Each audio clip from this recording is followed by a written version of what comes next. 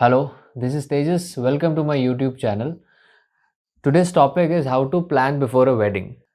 As you know कि मैं photography wedding photography के रिलेटेड ही वीडियोस बना रहा हूँ फ़िलहाल।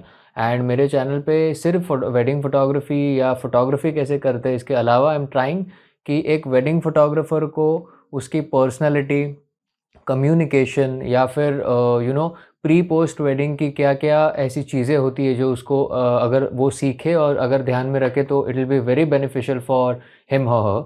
सो इसी के लिए ये मैंने टॉपिक चूज़ किया था कि how to plan before a wedding. तो बिफोर अ वेडिंग इवेंट हो या फिर एनी इवेंट लाइक एनिवर्सरी हो, हल्दी हो, मेहंदी हो, any type of wedding which includes all types of wedding which happen in India, because आपको भी पता है इंडिया में बहुत टाइप के वेडिंग होते हैं।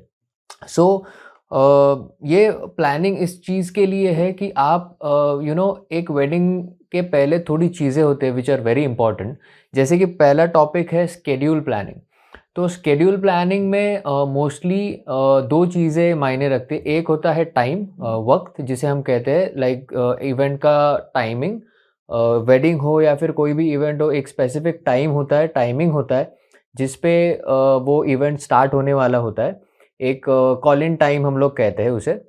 सो स्केड्यूल प्लानिंग में पहले तो मेक श्योर कि आप जो भी इवेंट शूट करने वाले हो, फिर वो वेडिंग हो, हल्दी हो, मेहंदी हो, मेक श्योर कि जो डेट पे वो इवेंट होने वाला है वो डेट एक बार कंफर्म करे, क्लाइंट के साथ भी कंफर्म करे और एक डायरी मेंटेन करे जिसमें आप वो डेट मेंशन करोगे और आप डेट के साथ साथ टाइम आप वहाँ पे मेंशन करके रख दोगे ताकि इन फ्यूचर आपको कन्फ्यूजन ना हो एंड आप अपने वेडिंग पे लेट नहीं पहुँचोगे।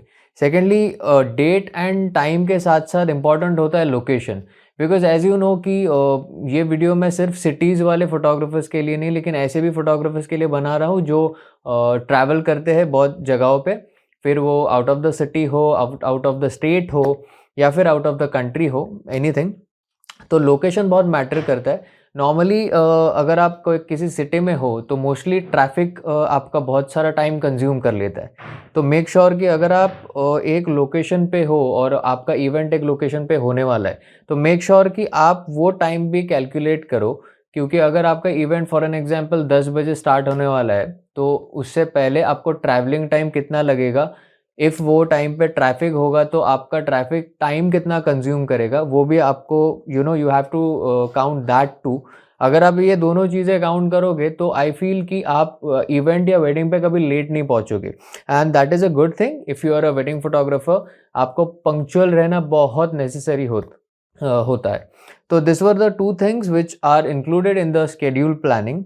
इसके साथ साथ दूसरा होता है किट प्लानिंग। तो किट प्लानिंग में ऐसा होता है कि आपका जो भी किट होता है, आपका कैमरा, आपके बैटरीज, आपके लेंसेज, आपके फ्लैश, तो बिफोर द वेडिंग एक दिन पहले नहीं, at least a week before you should check कि आपके सब इक्विपमेंट्स ठीक से काम कर रहे हैं कि नहीं। बिफोर द वेडिंग एक दिन पहले भी आपको चेक करना होता है, बट एक दिन पहले ऐसे टाइम पे चेक करें कि अगर कुछ इशू होगा, यानी अगर आप मॉर्निंग में चेक करोगे तो फुल डे में आप कुछ रिजॉल्व कर सकते हो या दूसरा इक्विपमेंट ले सकते हो, रेंट कर सकते हो, anything you can do about it. तो लेंसेज होते, मेक श्योर कि आप इवेंट के पहले, एवरी इवेंट के पहले लेंसेज क्लीन करें, कैमरा बॉडी ठीक से चेक कर ले, मेमोरी कार्ड्स फॉर्मेट कर ले, क्योंकि बहुत बार ऐसा होता है कि मेमोरी कार्ड्स में कोई डेटा रह जाता है पहले इवेंट का, देन आप डायरेक्टली इवेंट पे पहुंच जाते हो और आपको ध्यान में नहीं रहता कि वो कॉपी किया था नहीं किया था। सो मेक श्योर कि आप वो मेमोरी कार्ड्स एक बार चेक कर ले, वेरीफाई करें कि डेटा कॉपी किया हुआ है कि नहीं, जो पहला वाला आपका डेटा होगा।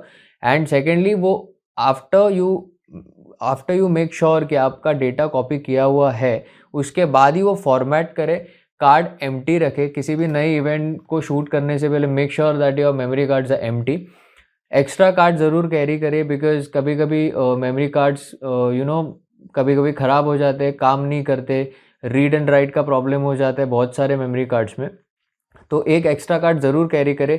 साइज़ उसकी छोटी होगी चलेगा, अगर फॉर एन एग्जांपल आप एक वेडिंग फोटोग्राफर हो और अगर आप 64 GB का कार्ड यूज़ कर रहे हो तो दूसरा आप at least half of it 32 GB का रखें, ताकि अगर इसमें कुछ प्रॉब्लम हो जाता है तो आप 32 GB में क्वालिटी थोड़ी सी कम करके या फिर सिर्फ जेपैग्स रख के आप एटलीस्ट वो शूट कर पाओगे।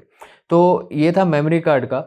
Batteries is also important thing. Batteries में दो टाइप के बैटरीज होते हैं, एक तो आपके कैमरा बॉडी वाली बैटरी, सेकेंड होती है फ्लैश वाली बैटरी।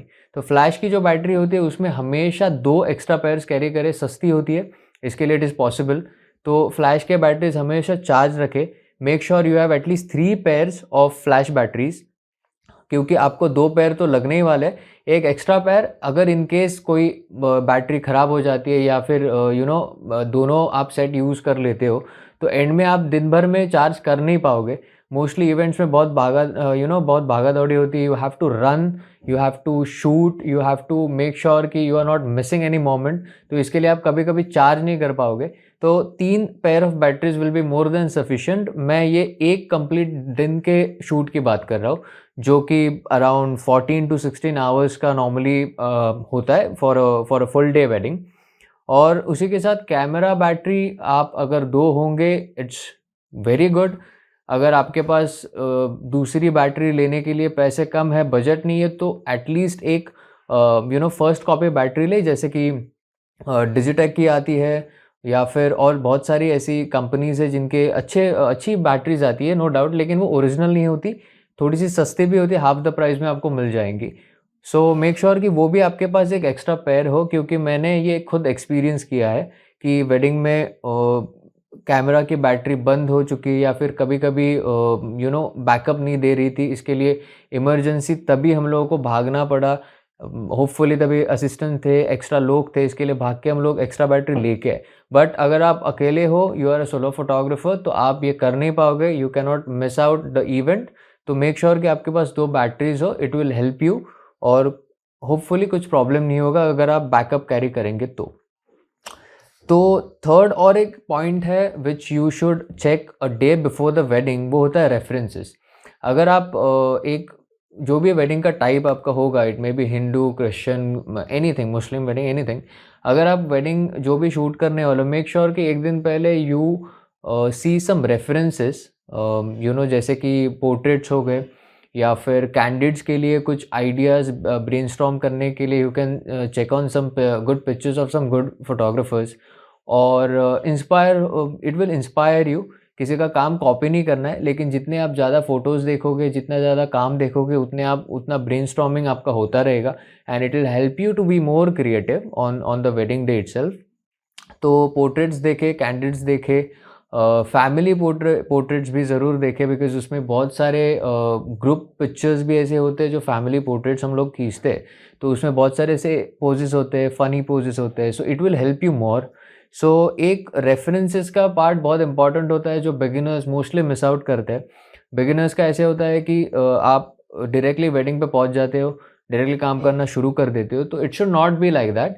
आपको पहले रेफरेंसेस चेक करने हैं, उस पे कैसे क्या काम करने वाले हो नेक्स्ट डे के लिए। You have to plan it in your mind. Obviously आपको कहीं पे लिखना नहीं है, लेकिन प्लान करें, और उसी हिसाब से नेक्स्ट डे अगर आप जाके काम करोगे तो आपको ज़्यादा प्रेशर भी नहीं होगा, मेंटली आप पीसफुल रहोगे, और जितना आप मेंटली पीसफुल रहोगे उतनी आपकी क्रिएटिविटी भी बढ़ेगी। So this is also very important point. So 3 चीज़ें मैंने बताई, and fourth, this is a add on tip which I am including in this video, कि how you will get dressed.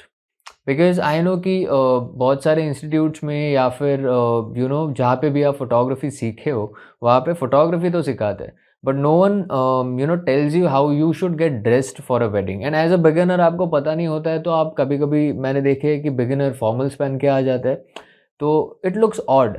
कि अगर आप पकड़ लीजिए हल्दी का event and someone comes in a formal, तो ऑब्वियसली वो ऑड मैन आउट जैसा लगेगा, आप ब्लेंड इन नहीं हो पाओगे, तो कन्फ्यूजन होगा लोगों को, लोग कंफर्टेबल नहीं हो पाएंगे because you have a different attire.